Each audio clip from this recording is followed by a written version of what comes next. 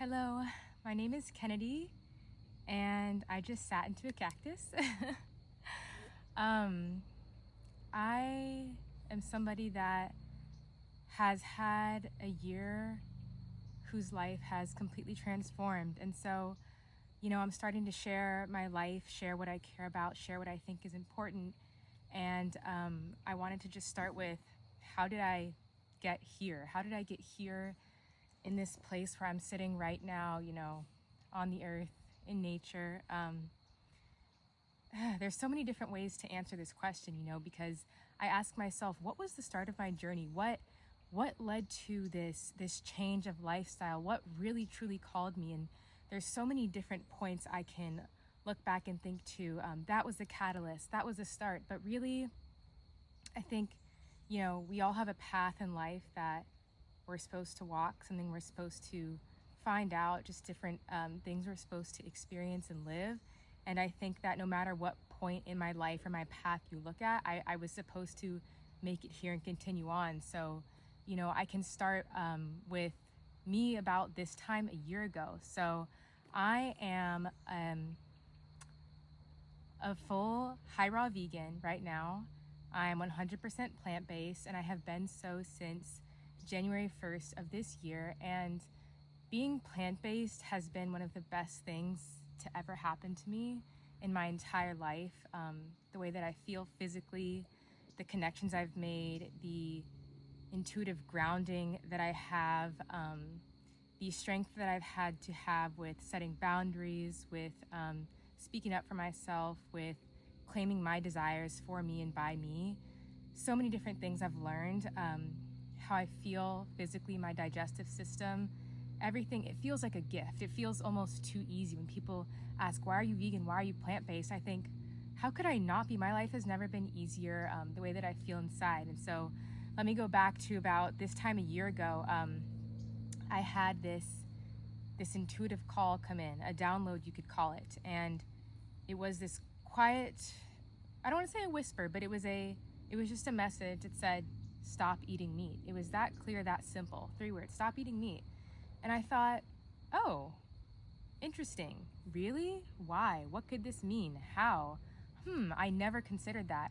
Growing up my whole life, I've been somebody that is very health conscious. It's been a big part of me, for as long as I can remember. I grew up with my mom cooking homemade meals for us a lot. And, definitely not health conscious to the extent that things are these days, where everything is organic and everything is, farmer's market, but home cooked meals, definitely some, fast food in there, some sad. I had a normal life, but I was very much always physically active, always involved in sports, and I was very aware of myself and my health and my body.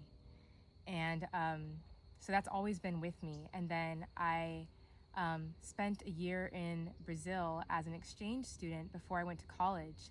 And during that year, I picked up CrossFit, because if you know anything about Brazil, the food is amazing, but most exchange students that went gain anywhere from 20 to 30 to 50 pounds. And I knew that, and I said to myself, I can't let that happen. I have to work out. So I joined a CrossFit gym, and that's where I learned how to strength train properly with the correct form. And then I carried that into college. So during college, there was about 2 years where I would be going to the gym every night for about 2 hours. And I had a routine. I would warm up for about 30 minutes. I would do about an hour of lifting with 2-minute breaks in between the sets. I would do a full cool down. It was very methodical.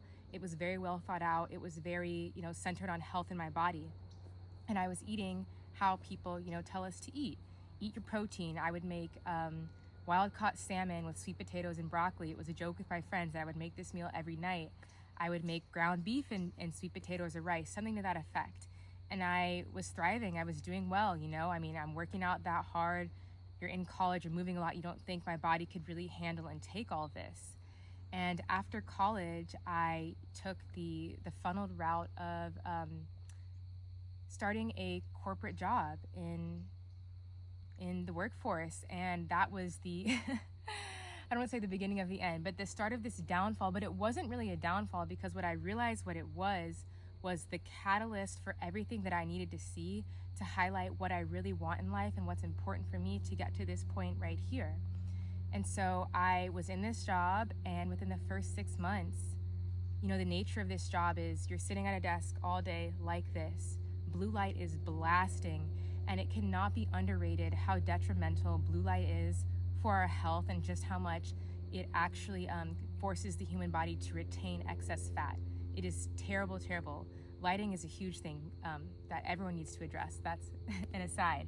But so I was sitting in this terrible light environment, hunched over, staring into a screen that had blue light, and you know, at that moment, at that time, it wasn't so much about what I was eating, because I was still doing what I thought were healthy meals, right? Like your whole foods, your ground beef, your rice, preparing everything. I'm telling you, I was getting the highest quality foods you can imagine, spending so much money, but I was gaining weight like no other. And of course, the lifestyle has to do with this, right? I was I shouldn't say I was aware. At first, when this was happening, I didn't notice the changes in my body. It was more so like, at first, I noticed clothes are fitting tighter, and I told myself, oh, I'm getting a woman's body now. I have curves. I was started to get curvy, which was just bigger overall, but I was feeling good. I was thinking, oh, this is how I'm supposed to look. This is my second puberty. You hear people say that. And so I was thinking, this is healthy, this is normal. And then I remember distinctly, there was not the first Christmas, because I started this job in summer, fall, but a year and a half after I started. And I remember this moment distinctly because it really sat with me. I was walking down the stairs, and my dad makes this comment to me. He goes, "You're not getting big, are you?" And you know those moments where something registers in your brain, like, whoa, how dare someone say that? Whoa, what does he mean? Whoa, of course I'm not big. I've been small all my life. What is he talking about? And this was the first moment someone said something that had me pause and go, is this possibly true? As hurtful as it was, you know, hearing that from somebody that I love, that I looked unhealthy, that I didn't look, you know, the undertones are that you don't look as beautiful, that you're getting unhealthy, you're not taking care of yourself. And that was hurtful, but it really forced me to literally look in the mirror and say, wow, I am gaining weight in the midsection too. It's not all healthy weight. And that's when I started noticing, okay, things are not right and not harmonious. And from there, I couldn't unsee. I noticed, whoa, I'm really not healthy. I'm inflamed. My gut's not right. You know, working at, it wasn't even a 9 to 5. It was more like an 8 to 5, sometimes more, job. You can't go to the bathroom properly during the day. We should be able to eat and use the bathroom. The bathrooms in corporate America are nothing short of a shame ritual, in my opinion, because, you know, using the bathroom with people you're supposed to be in a professional environment with, where you can see people's feet underneath, you can look in the stalls and essentially see people, you can hear all these bodily functions taking place. That is not normal or natural. That's a shame ritual. And so, of course, people get tight, your colon can't move. And so not only are you sitting all day, you're inputting all this food, but you can't release it. You can't get rid of it. And so I knew in my head, I knew everything about this. Things started to highlight as, this is not the right place for me. But I was in a job where every person around me told me I was so lucky to be there. You know, oh, you're in a program where you're so lucky. Everybody wants this program. My parents, wow, my family, oh, you have this amazing job out of college. You should be so lucky. But in my head, I'm thinking, if I can't have a period in peace, you know, sit at home, allow this washing to come through, if I can't use the bathroom properly, if I can't work out, if I can't do normal bodily functions, how much wealth is this really building for me? And so that was always in my head. And so after a few years, I was with my now ex-partner at the time, who was very supportive, and it was reaching that point where I could no longer do this because I was losing myself, and because I just had no sense of self. I had this deep shame around being in this cycle of just not being able to feel like a human. And so we made a plan where we saved up money, we switched our living environments, we moved across the country, and I quit my job. And so that was a year and a half ago that I quit my job. And that first 6 months after I quit, my system was in pure shock and down regulation from not just the stress, but everything that environment was, really metabolizing it, really understanding it, really allowing myself to sit with the moments that really brought me to a low place, you know? And so so after I quit those first 6 months, I was a vegetable. I was a shell of a human. I couldn't do anything. I was in this depressive state. I was stuck on social media, scrolling, seeing all the negativity, all the hate, all the evil of the world. And I was sitting in that and I couldn't get out of it. And it was causing, a rift with my partner a little bit of this, why can't you do anything? Not from his side, but just this subtle frequency, this energy of, okay, you quit your job, you have all this time, you've got all this freedom, do something with your life. Not just from him, but from me too. It was this stuck feeling of, why can't I do anything? And it was because I had this stagnation of spirit, this lack of direction, this lack of trust and value and worth in myself. And a part of that was how I was feeling physically. I had all this density, all this stagnation, all this heaviness in my body. And I was like, we're getting all this food from the farmer's market. We're doing all these things. Why am I not healthy? Why don't I feel good? Why is my digestion not flowing? And that's when last November, these seeds came in, this stop eating meat. And I was like, okay, if I have a message like that come through, I've had other messages like that come through to me before in regards to birth control, other decisions I've made that I can, also talk about. But those messages, those signals are coming from somewhere so deep, so loving, so true, so authentic, you can't ignore it. And I said, okay, I have to not only listen, but at least entertain, at least give consideration to this idea. And so I experimented. The first week I said, okay, I am going to eat meat only 3 times this week. And I felt so good. I felt great. I was like, wow, I feel like lighter. I feel energy, but I still feel strong. What happens if I go to no meat, still cooked food, still rice, still milk and cheese? I felt great. I was like, oh, that's when it clicked. I was like, I'm going vegan. I'm going 100% vegan. And around this time, so now we're getting into early December, I started to see different programs pop up on Instagram for month-long juice fasts. And the reasoning behind, I think there's an animal, a deer or something, maybe a bird. The reasoning behind wanting to do a juice fast was that I started to understand and understand that this level of density and buildup within the body, it has to come out, and it can't come out properly if you're just still shoveling food in your body every day. Your body can't perform these 2 functions at once. It cannot rest and digest, but also detox and heal you. These 2 processes, digestion is the most physically demanding process for the body. It cannot possibly detox these foods you're bringing in while also clearing out years, decades of old food, of old pharmaceuticals, of old pesticides, herbicides, everything, right? It cannot possibly do it. And so I was like, oh, I have to give my body a rest. I've got to clear out this old waste. But also, the biggest thing was this message came through the stop eating meat. I knew I need to strengthen this intuitive channel. Some messages are trying to come through me. I can feel them coming through, but the signal is a little bit staticky. It's a little bit blocked. I need to blast open the signal. And that I did. So January 1st of this year, or no, sorry, not January 1st. January 1st, I did go fully vegan, and I started eating a high raw diet for the 2 weeks leading up to my juice fast.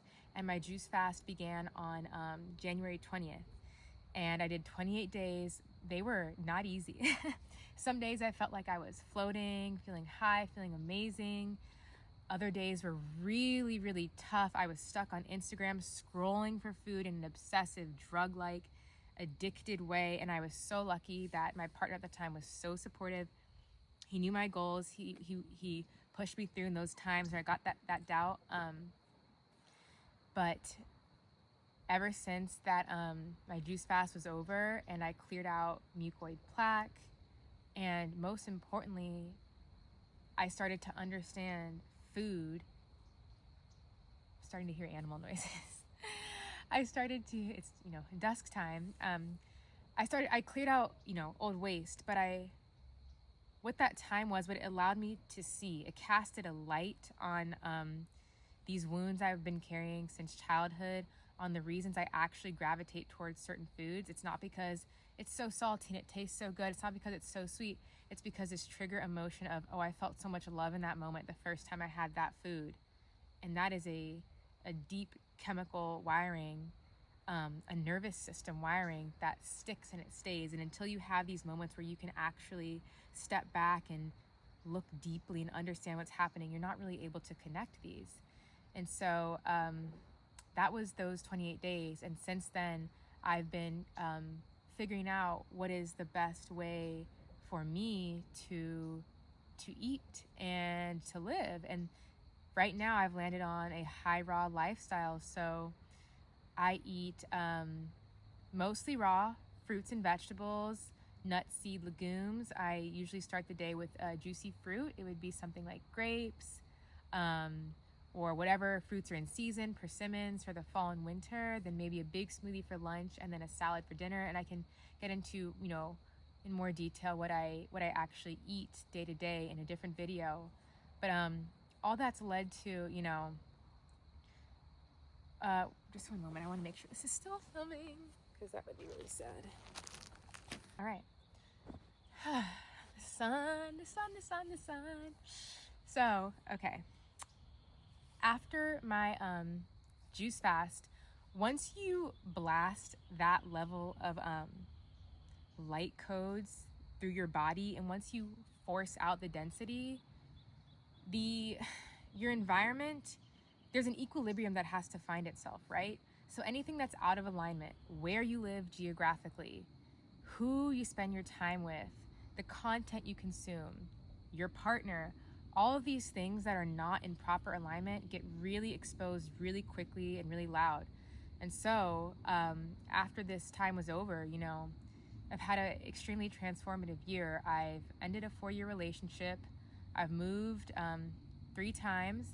I've completely changed my diet and just the way that I think. And it has been nothing short of a beautiful, love-filled, miraculous miracle to feel again what I used to feel before a lot of, things happened to me that led to me getting to that low place. But to feel this love, this desire to connect with people, this connection to my purpose and my mission in this world, which I'm, is still evolving every day. My love for health and inspiring all people towards health, because we can't really, people say things and make these comments and complain about the world. The world is in a terrible place. We've got wars, we've got this, we've got that. We cannot fix and help the world if we're all sick. Those of us who have the means and have the capability, and when I say the means, who have the awareness, who have the intellectual capabilities, who have the physical capabilities, the abundance, the financial capabilities to know what's going on and to make a change in yourself, to call yourself to health, then only then are we able to help the world, right? Me, the version of me, sick, depressed, I can't do anything for the world. So people love to, really, I don't want to say complain, but make excuses, highlight the negative, because what you're doing is you're throwing darts and throwing glitter on everything but yourself. It's so easy to be like, oh, the world is this, oh, everything is that, but what can you change within yourself? If there's something you can change within yourself, it is your duty to do that first, and not to be focusing on things that you can't change, right? Because a room full of 100 people that are complaining and can't do anything is very different than a room full of 100 strong, physically and mentally, love-filled people that all have the same mission.